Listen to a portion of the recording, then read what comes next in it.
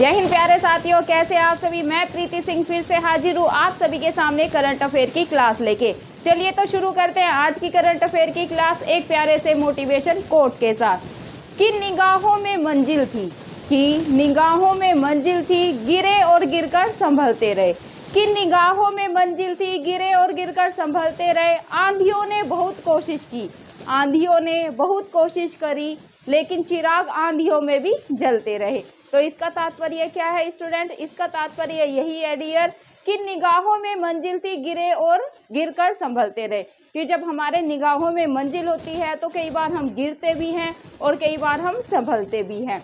आंधियों का मतलब है मुसीबतें। मुसीबतें कितनी भी हो, लेकिन अगर आपके अंदर जज्बा है, जुनून है, तो आप कभी भी नहीं रुकेंगे और एक ना एक दिन अपने लक्ष्य को प्राप्त जरूर कर लेंगे। तो इसी मोटिवेशन कोट के साथ शुरू करते हैं आज की क्लास।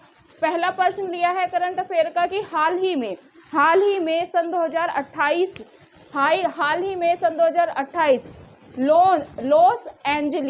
लॉस एंजलिस ओलंपिक में किन खेलों को शामिल किया गया है। सभी इस पे स्टूडेंट 3 स्टार लगा लेंगे। काफी महत्वपूर्ण क्वेश्चन है। क्या है क्वेश्चन? अगेन सुनिएगा, ध्यान पूर्वक आपको सुनना है। ये बात हो रही है सन 2028 की। किसकी? सन 2028 की।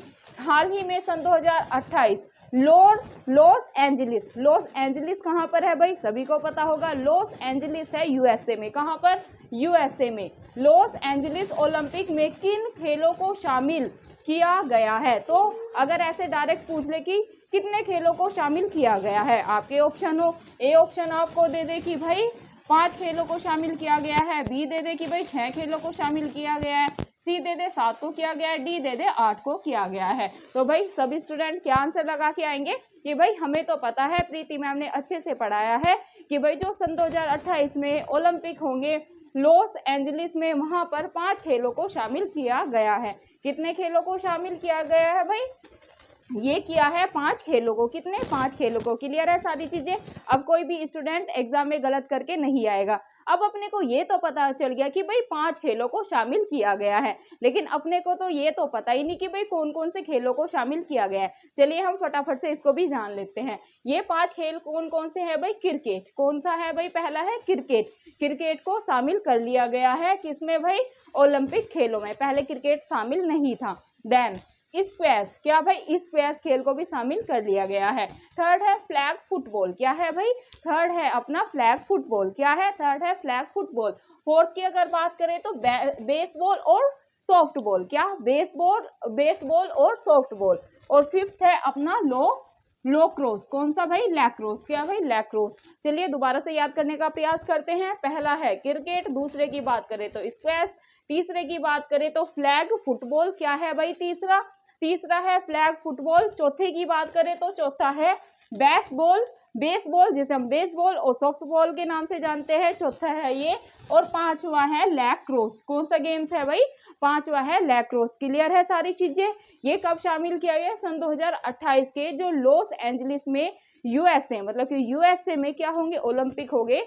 इसमें 5 खेलों को शामिल कर लिया गया है। देन अगर अब मैं आपसे पूछूं कि भाई सन 2024 क्या भाई? सन 2024 में ओलंपिक कहां पर होंगे? क्या है क्वेश्चन? ये आपके होमवर्क का क्वेश्चन है, क्योंकि पिछली क्लास में मैं ये क्वेश्चन ऑलरेडी करा चुकी हूँ। सभी बच्चे बताएंगे मुझे सन 2024 जो आने वाला है, सन 2024 में ओलंपिक कहां पर होंगे? कहां पर होंगे? तो सभी जितने भी बच्चे क्लास में जुड़े हुए हैं सबको आंसर देने का प्रयास जरूर करना है। जैसे अंजलि जी हर क्लास में हर होमवर्क क्वेश्चन का आंसर जरूर देती है, रीत जी आंसर देती हैं, मिथुन जी आंसर देते हैं, वैसे ही और बच्चों को भी क्लास में पार्टिसिपेट करना है, आंसर देने का प्रयास जरूर करना है। क्लियर है सारी चीजें? नेक्स्ट क्वेश्चन पे मूव करते हैं। नेक्स्ट क्वेश्चन है विश्व खाद्य दिवस। क्या भाई? विश्व खाद्य दिवस कब मनाया गया? क्या है क्वेश्चन? विश्व खाद्य दिवस कब मनाया गया? आप सभी के ऑप्शन है। ऑप्शन ए है 15 अक्टूबर को मनाया गया, बी है 16 अक्टूबर को मनाया गया, सी है 17 अक्टूबर को मनाया गया और डी है कि 16 सितंबर को मनाया गया। क्या है भाई? क्वेश्चन है विश्व खाद्य दिवस कब मनाया गया, और ये भी आज के आपके होमवर्क का क्वेश्चन है। क्या सभी बच्चे नोट कर लेंगे? विश्व खाद्य दिवस कब मनाया गया? ए ऑप्शन है 15 अक्टूबर को मनाया गया, बी है 16 अक्टूबर को मनाया गया, सी है 17 अक्टूबर को मनाया गया और डी है कि भाई 16 सितंबर को मनाया गया। तो सभी बच्चे आंसर देने का प्रयास जरूर करेंगे। नेक्स्ट क्वेश्चन पे फटाफट से मूव करते हैं। नेक्स्ट क्वेश्चन है, किस राज्य के काजू को, क्या भाई, किस राज्य के काजू को जीआई टैग मिला है? तो ये मिला है गोवा राज्य के। गोवा राज्य का जो काजू है उसको क्या मिला है भाई? जीआई टैग मिला है। और जिन जिन के फेवरेट होंगे ना काजू, वो याद रखना कि भाई गोवा का जो काजू है उसको क्या मिल गया है भाई? जीआई टैग मिल गया है। अब अपने को कैसे याद है? मुझे तो काजू बहुत पसंद है, तो मेरे को याद हो गया है कि भाई जो गोवा है वहाँ के काजू को क्या मिला है? जीआई टैग मिला है। और जिन बच्चों को काजू पसंद है वो भी कमेंट बॉक्स में जरूर लिखेंगे कि भाई काजू किन किन को पसंद है। नेक्स्ट, अगर मैं आपसे पूछूं कि भाई जो गोवा राज्य है इसकी राजधानी क्या है, तो सभी बच्चे आंसर देंगे और सबको पता भी होगा। गोवा जो राज्य है कहाँ पर है भाई? गोवा राज्य ये छोटा सा यहाँ पर है गोवा, ठीक है। अगर मैं आपसे पूछूं कि भाई गोवा बताइए, अगर क्वेश्चन कई बार एग्जाम में पूछ लिया जाता है कि भाई भारत का सबसे छोटा राज्य कौन सा है, तो भी आपका आंसर क्या होगा? गोवा। और गोवा जो स्टेट है इसकी राजधानी क्या है भाई? गोवा की राजधानी है पणजी। क्या है भाई? पणजी। क्लियर है? अगर आपसे एग्जाम में पूछ लिया जाए कि भाई गोवा की राजधानी क्या है, तो आप सभी का आंसर क्या होगा? कि भाई पणजी है। और भारत का सबसे छोटा राज्य क्या है? कौन सा है? सबसे छोटा राज्य है गोवा। क्लियर है? अब सभी कमेंट बॉक्स में ये मुझे फटाफट से बताएंगे कि भाई भारत का सबसे बड़ा क्षेत्रफल में राज्य कौन सा है, मतलब कि भारत का क्षेत्रफल की दृष्टि से सबसे बड़ा राज्य कौन सा है। और ये मैंने कम्युनिटी में आपको क्वेश्चन डाला था और बहुत से बच्चों ने आंसर भी दिया था, और अभी भी सब बच्चों को आंसर देने का प्रयास जरूर करना है। नेक्स्ट आपके होमवर्क का क्वेश्चन है, सभी बच्चे मुझे बताएंगे गोवा के वर्तमान में सीएम कौन है, क्योंकि ये भी मैं ऑलरेडी करंट अफेयर की क्लास में करा चुकी हूँ। जिन बच्चों ने क्लास ले रखी होगी वो फटाफट इसका आंसर कर देंगे, और जिन बच्चों ने क्लास नहीं ले रखी है करंट अफेयर की, तो मैं 100 से 200 लेक्चर अपने करंट अफेयर के ऑलरेडी डाल चुकी हूँ, तो सभी को वो लेक्चर देखने हैं। अगर आप वो लेक्चर देख लेते हैं तो आप आराम से जो भी मैं होमवर्क के क्वेश्चन देती हूँ उनका आंसर आप इजीली दे पाएंगे। नेक्स्ट क्वेश्चन पे डियर फ्रेंड्स मूव करते हैं। नेक्स्ट क्वेश्चन है डैनियल नोबोआ। क्या? Daniel Noboa. डैनियल नोबोआ कहाँ के नए राष्ट्रपति बने हैं? ऐसे क्वेश्चन स्टेट लेवल पीसीएस में स्टूडेंट बहुत ज्यादा पूछे जाते हैं। नए राष्ट्रपति हो गए किसी देश के, नए प्रधानमंत्री हो गए, पहली महिला राष्ट्रपति जो बनती हैं, वहां से क्वेश्चन बनते ही बनते हैं। तो अभी बात करेंगे कि भाई डैनियल नोबोआ, क्या भाई? डैनियल नोबोआ ये कहाँ के नए राष्ट्रपति बने हैं? तो ये बने हैं इक्वाडोर के। कहाँ पर भाई? ये जो डैनियल नोबोआ है ये कहाँ पर या कहाँ के राष्ट्रपति बने हैं? तो सभी बच्चे आंसर क्या लगाएंगे? आप लगाएंगे इक्वाडोर। क्या भाई? इक्वाडोर। और भारत की राष्ट्रपति कौन है वर्तमान में? सभी आंसर जरूर देंगे। और वो कौन सी जनजाति से बिलोंग करती है, क्योंकि हजारों बार मैं ये क्वेश्चन आपको करा चुकी हूँ। नेक्स्ट क्वेश्चन पे मूव करते हैं। नेक्स्ट क्वेश्चन है हाल ही में 4th नंबर के चौथे एशियाई पैरा खेल कहाँ शुरू हो रहे हैं? क्या है क्वेश्चन भाई? हाल ही में चौथे एशियाई पैरा खेल कहाँ शुरू हो रहे हैं? तो ये कहाँ पर हो रहे हैं? ये हो रहे हैं चाइना में। कहाँ पर भाई? ये हो रहे हैं चीन में। नेक्स्ट क्वेश्चन पे मूव करते हैं। नेक्स्ट क्वेश्चन है कहाँ हॉर्नबिल महोत्सव मनाया गया? या एग्जाम में क्वेश्चन आ जाए कहाँ पर हॉर्नबिल महोत्सव मनाया जाता है, तो भाई आप सभी का आंसर होना चाहिए नागालैंड। क्या भाई? नागालैंड। जो हॉर्नबिल फेस्टिवल है ये कहाँ पर मनाया जाता है? ये मनाया जाता है नागालैंड में। कहाँ पर भाई? नागालैंड में मनाया जाता है हॉर्नबिल महोत्सव। और स्टेट लेवल पीसीएस में कई बार ये क्वेश्चन आ चुका है, तो आपको साथ साथ जो ये फेस्टिवल है वो भी याद करते हुए चलना है। अगर बात करें नागालैंड की, भाई नागालैंड की राजधानी क्या है? नागालैंड की राजधानी है कोहिमा। क्या है भाई? कोहिमा। और फटाफट से सब बच्चे आंसर दे देंगे कमेंट बॉक्स में कि भाई नागालैंड के सीएम कौन है? नागालैंड के सीएम सभी कमेंट बॉक्स में आंसर देने का प्रयास जरूर करेंगे, क्योंकि मैं ये भी ऑलरेडी करा चुकी हूँ क्लास में। नेक्स्ट क्वेश्चन पे मूव करते हैं। काफी महत्वपूर्ण क्वेश्चन है और इस पे आप लगा लेंगे 4 स्टार। और अंत तक क्लास में सभी को जुड़े रहना है। आगे भी आपको महत्वपूर्ण क्वेश्चन दिखने वाले हैं। तो वही किसी को भी बीच में क्लास छोड़ के नहीं जाना है। कुछ बच्चे बीच में ही क्लास छोड़ के चले जाते हैं और फिर जब मैं उन्हें होमवर्क के क्वेश्चन देती हूँ तो वो आंसर नहीं कर पाते हैं। इसका रीजन यही है कि आप अंत तक क्लास को नहीं देखते। तो सभी बच्चों को अंत तक क्लास को देखना है। डियर, आप अगर डेली, जैसे मैं करंट अफेयर की क्लास कराती हूँ 10 से 15 या कभी कभी 20 से 25 क्वेश्चन कराती हूँ, तो डेली आप 25-25 क्वेश्चन भी करेंगे ना तो भी आने वाले एग्जाम में आपको काफी हेल्प मिलेगी, क्योंकि हम यहाँ पर जितने भी महत्वपूर्ण क्वेश्चन हैं उन पे चर्चा करते हैं। करंट के साथ साथ जीके को भी साथ साथ कवर करते हुए चलते हैं। तो जितने बच्चे नए नए जुड़ रहे हैं वही सभी से रिक्वेस्ट है, प्लीज एंड तक क्लास में जुड़े रहना है सभी को, और अंत तक मतलब पूरी कंप्लीट क्लास देखनी है। ठीक है, आगे समझ में, बीच में छोड़ के नहीं भागना, फिर आधी अधूरी जो जानकारी होती है ना वो खतरनाक होती है। इसलिए आपको पूरी जानकारी लेकर ही क्लास से जाना है, एग्जिट होना है। क्लियर है? अभी जो मैं बोल रही हूँ कि भाई बहुत ज्यादा महत्वपूर्ण क्वेश्चन है वो है 43वां, क्या भाई 43वां मतलब कि 43वां आसियान शिखर सम्मेलन आयोजन सन 2023 में कहां पर हुआ? क्या भाई 43वां आसियान, क्या 43वां आसियान मतलब कि 43rd नंबर का जो आसियान शिखर सम्मेलन का आयोजन सन 2023 में कहां पर हुआ? तो सभी बच्चे याद कर लेंगे, ये हुआ है भाई इंडोनेशिया के जकार्ता में। कहां पर? जकार्ता, इंडोनेशिया में। क्लियर है? जो इंडोनेशिया की राजधानी है जकार्ता, वहां पर आसियान का 43वां शिखर सम्मेलन हुआ है। अगर पूछ ले कि आसियान का सन 2023 में कौन से नंबर का शिखर सम्मेलन था, 41वां था, 42वां था, 43वां था या 44वां था, तो आप सभी का आंसर क्या होगा कि भाई 43वां था। तो कैसे भी क्वेश्चन पूछ ले, हम सारे एंगल से कवर करते हुए चल रहे हैं। नेक्स्ट क्वेश्चन पे मूव करते हैं। इस पे आप 2 स्टार लगा लेंगे, आपको आगामी एग्जाम में ये क्वेश्चन देखने को मिल सकता है। क्या है? आरबीआई ने किस बैंक पर, आरबीआई मतलब रिजर्व बैंक ऑफ इंडिया, क्या भाई रिजर्व बैंक ऑफ इंडिया ने किस बैंक पर 1 करोड़ रुपए, कितना भाई? 1 करोड़ रुपए का जुर्माना लगाया है? तो ये लगाया है यूनियन बैंक पर। किसने? आरबीआई ने, रिजर्व बैंक ऑफ इंडिया ने किस बैंक पर 1 करोड़ रुपए का जुर्माना लगाया है? ये लगाया है यूनियन बैंक पर। किस पर? यूनियन बैंक पर। अब बात करते हैं यूनियन बैंक की स्थापना कब हुई, तो सभी बच्चे याद कर लेंगे, यूनियन बैंक की स्थापना हुई थी 1919 में। कब भाई? 1919 में हुई थी यूनियन बैंक की स्थापना। कब भाई? 1919। याद कर लेंगे, यूनियन बैंक स्थापना 1919। अगर बात करें कि भाई यूनियन बैंक है जो, इसका हेडक्वार्टर मतलब इसका मुख्यालय कहां पर है, तो सभी बच्चे आंसर लगाएंगे कहां पर है भाई? मुंबई में है। कहां पर है? मुंबई में। क्लियर है सारी चीजें? अब बात करते हैं कि भाई जो ये आरबीआई बैंक है, रिजर्व बैंक ऑफ इंडिया है, ये कैसा बैंक है, तो ये देश का केंद्रीय बैंक है। कैसा बैंक है भाई?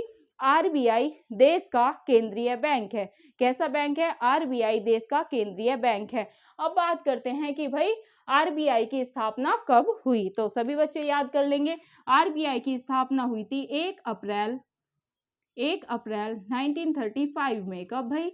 1 अप्रैल 1935 को आरबीआई की स्थापना की गई थी। और ये क्वेश्चन काफी महत्वपूर्ण है, कई बार एग्जाम में ये क्वेश्चन ऑलरेडी पूछा जा चुका है। चाहे आप स्टेट लेवल पीसीएस के एग्जाम्स की तैयारी कर रहे हैं, चाहे किसी भी कॉम्पिटेटिव एग्जाम्स की तैयारी क्यों ना कर रहे हो, आरबीआई से क्वेश्चन बनता ही बनता है। तो हम करंट के साथ साथ स्टैटिक को भी कवर करते हुए चलेंगे। मुख्यालय की बात करते हैं कि भाई जो आरबीआई है, रिजर्व बैंक ऑफ इंडिया है, इसका मुख्यालय कहाँ पर है, तो सभी बच्चे याद कर लेंगे, ये है मुंबई महाराष्ट्र में। कहाँ पर भाई? मुंबई महाराष्ट्र में इसका क्या है भाई? इसका हेडक्वार्टर है। क्लियर है सारी चीजें? बात करते हैं गवर्नर की। अगर एग्जाम में आ जाए कि भाई वर्तमान में आरबीआई के गवर्नर कौन है, वर्तमान में रिजर्व बैंक ऑफ इंडिया के गवर्नर कौन है, तो भाई ये है शक्तिकांत दास जी। कौन है भाई?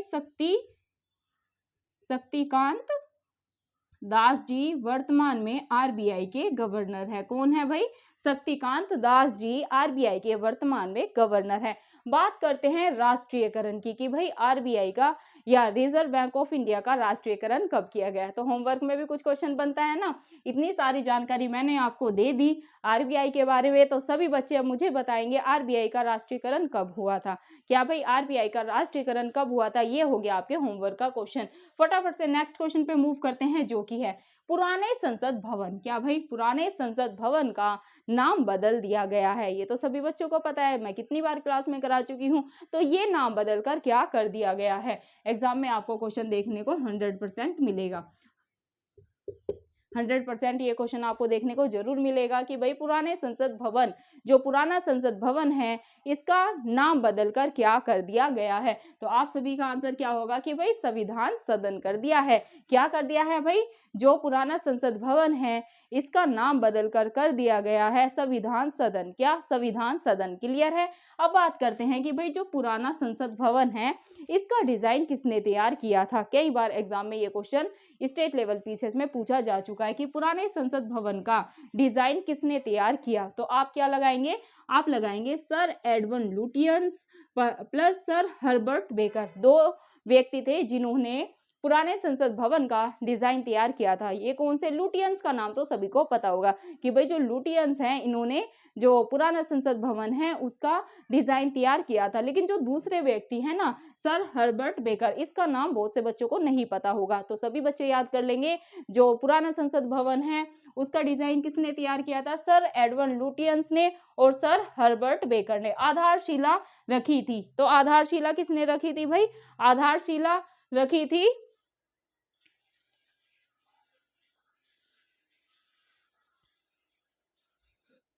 तो भाई आधारशिला किसने कब रखी गई थी। अगर आ जाए कि भाई पुराने संसद भवन की आधारशिला कब रखी गई थी, तो ये रखी गई थी 1921 में। कब, अगर आ जाए पुराने संसद भवन की आधारशिला कब रखी गई थी, 1920 में रखी गई थी, 1921 में रखी गई थी, 1922 में रखी गई थी या 1923 में रखी गई थी। तो आप सभी आंसर क्या लगाएंगे, आप सभी आंसर लगाएंगे 1921 में रखी गई थी। कब, 1921 में रखी गई थी पुराने संसद भवन की आधारशिला। अब बात करते हैं कि भाई जो ये पुराना संसद भवन है ये बनकर तैयार कब हुआ था। आधारशिला तो अपने को पता चल गई कि भाई 1921 में पुराने संसद भवन की आधारशिला रखी गई थी, लेकिन ये बनकर तैयार कब हुआ। तो सभी बच्चे याद कर लेंगे 1927 में। कब भाई, 1927 में पुराना संसद भवन, जो अभी तो नया नाम रख दिया गया है, तो पुराने संसद भवन का जो बनकर तैयार हुआ था ये 1927 में कंप्लीट बनकर तैयार हो गया था। अब इसका उद्घाटन कब हुआ, उद्घाटन को भी जान लेते हैं कि भाई जो पुराना संसद भवन था हमने जान लिया आधारशिला 1921 में रखी गई, 1927 में ये बनकर तैयार हो गया। तो इसका उद्घाटन कब किया गया, तो सभी स्टूडेंट याद कर लेंगे 18 जनवरी 1927 को। कब, 18 जनवरी 1927 को पुराने संसद भवन का उद्घाटन किया गया था। कब, 1927 में। कब भाई, 18 जनवरी को। जैसे बनकर तैयार हो गया ना, तो 18 जनवरी 1927 को इसका उद्घाटन कर दिया गया था। नेक्स्ट क्वेश्चन पे मूव करते हैं। काफी महत्वपूर्ण क्वेश्चन है ये, क्वेश्चन आपको एग्जाम में पक्का देखने को मिलेगा। अब आप सोचेंगे मैम सारे ही क्वेश्चन आप बोलते हो कि पक्का देखने को मिलेंगे, तो डियर क्वेश्चन ऐसे ही लाए जाते हैं। मैंने सारे PYQ सॉल्व कर रखे हैं स्टेट लेवल PCS के 10 साल के, तो मुझे एक आइडिया है कि भाई कैसे एग्जाम में क्वेश्चन बनते हैं, तो वही चीजें मैं आपको कराती हूँ। अब जैसे आशान हो गया, ब्रिक्स हो गया, SCO हो गया, आप देख लेना PYQ में यहाँ से क्वेश्चन बनते ही बनते हैं। तो मैं वही क्वेश्चन करंट अफेयर में लेकर आती हूँ कि भाई जो पूछे जाने हैं एग्जाम में। वैसे तो बहुत खबरें होती है, दिन में 50 से 60 खबरें आपको न्यूज में देखने को मिलती है, लेकिन सभी अपने एग्जाम के काम की तो नहीं है। जो अपने एग्जाम के काम किया अपने को वही पढ़ना है। क्या पढ़ना है इससे ज्यादा महत्वपूर्ण होता है क्या छोड़ना है, तभी हम किसी एग्जाम को क्रैक कर सकते हैं। क्लियर है सारी चीजें। चलिए बात करते हैं भारत का 42वां यूनेस्को विश्व धरोहर स्थल कौन बना है। अगर यकीन नहीं है PYQ देखना, यूनेस्को से हर बार एग्जाम में क्वेश्चन बनता ही बनता है। क्वेश्चन क्या है, अच्छे से सबको सुनना है। क्या है भाई, भारत का अपने को बताना है 42वां, भारत का 42वां 42 नंबर का यूनेस्को विश्व धरोहर स्थल कौन बन गया है। तो ये बना है होयसला मंदिर। कौन बना है भाई, होयसला मंदिर बन गया है 42वां यूनेस्को का विश्व धरोहर स्थल। ये कहाँ पर है ये आपको याद करना है।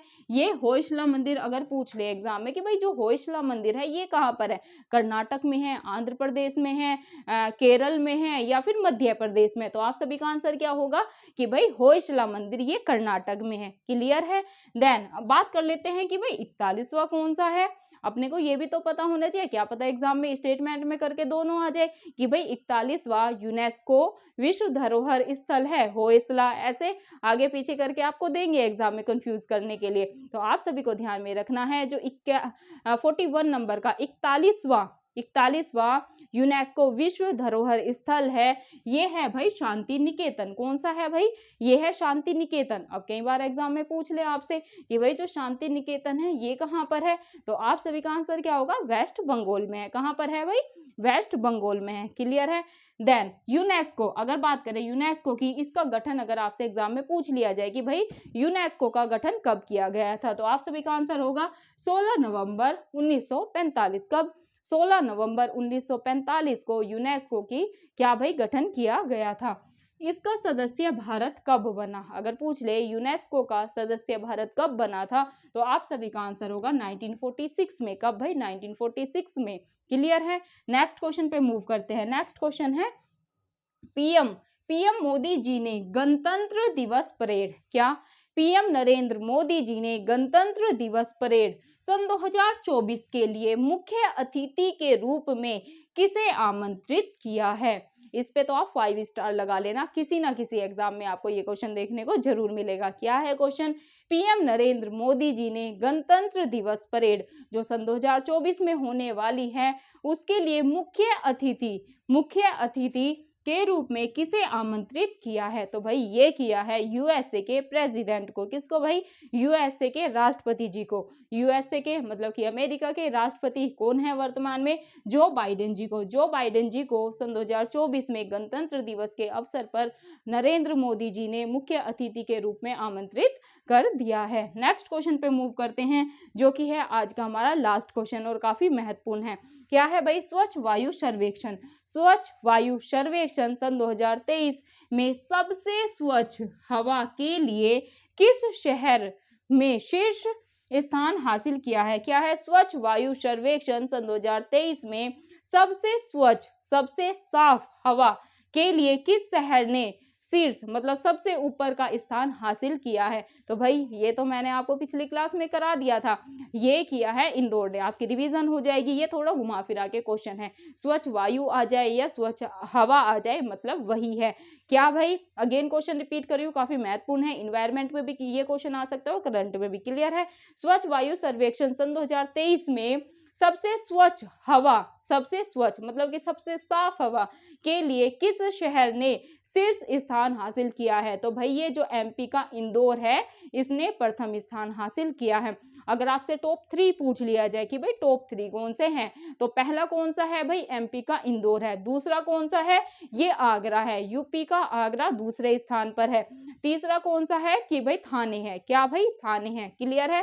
देन अगर मैं आपसे पूछूं कि भाई स्वच्छ वायु सर्वेक्षण इसको जारी कौन करता है, तो इसको जारी करता है सीपीसीबी। कौन जारी करता है? कई बार एग्जाम में डायरेक्ट फुल फॉर्म से क्वेश्चन पूछ लिया जाता है, या ऐसे पूछ लेंगे कि भाई जो स्वच्छ वायु सर्वेक्षण है इसको जारी कौन करता है, तो आपको देंगे सीपीसीबी, या फिर पूरी फुल फॉर्म देंगे। फुल फॉर्म भी पूछ लेते हैं कि भाई सीपीसीबी की फुल फॉर्म क्या है। चलिए फुल फॉर्म को भी जान लेते हैं। सीपीसीबी मतलब कि सेंट्रल पोल्यूशन। क्या भाई? सेंट्रल, पी से क्या है? सी से सेंट्रल, पी से पोल्यूशन, और सी से क्या है? कंट्रोल, और बी से क्या है? बोर्ड। ऐसे तोड़ तोड़ के भी याद करेंगे ना तब भी याद हो जाएगा। कॉमन सेंस का यूज करेंगे ना एग्जाम में तो भी हो जाएगा। कैसे? कि भाई पूछ ले कि भाई स्वच्छ वायु सर्वेक्षण को कौन जारी करता है। अगर फुल फॉर्म ना दी हुई हो ना तो सीपीसीबी, तो आप लगा लेना कि भाई मैडम ने बताया था सी से सेंट्रल और पी से क्या हो गया भाई? पोल्यूशन हो गया, मतलब कि जो गंदगी होती है ना पोल्यूशन की, पोल्यूशन फैला रखा है, पोल्यूशन फैला रखा है लाइक। देन सी से क्या है भाई? कंट्रोल, सी से क्या है? कंट्रोल, और बी से क्या हो गया? बोर्ड। क्लियर है? ऐसे फुल फॉर्म को आपको तोड़ तोड़ के अगर याद करेंगे तो हमेशा याद भी रहती है, और थोड़ा रिलेट करके याद कर लेना। क्लियर है सारी चीजें? कोई भी डाउट होगा तो कमेंट में जरूर लिखना है, और जो भी मैंने आपको होमवर्क के क्वेश्चन दिए हैं भाई सभी बच्चों को उनका आंसर देने का प्रयास जरूर करना है, कोशिश जरूर करनी है। बेशक गलत हो जाए आंसर, पर प्रयास जरूर करना है। गलत हो जाएगा तो क्या होगा?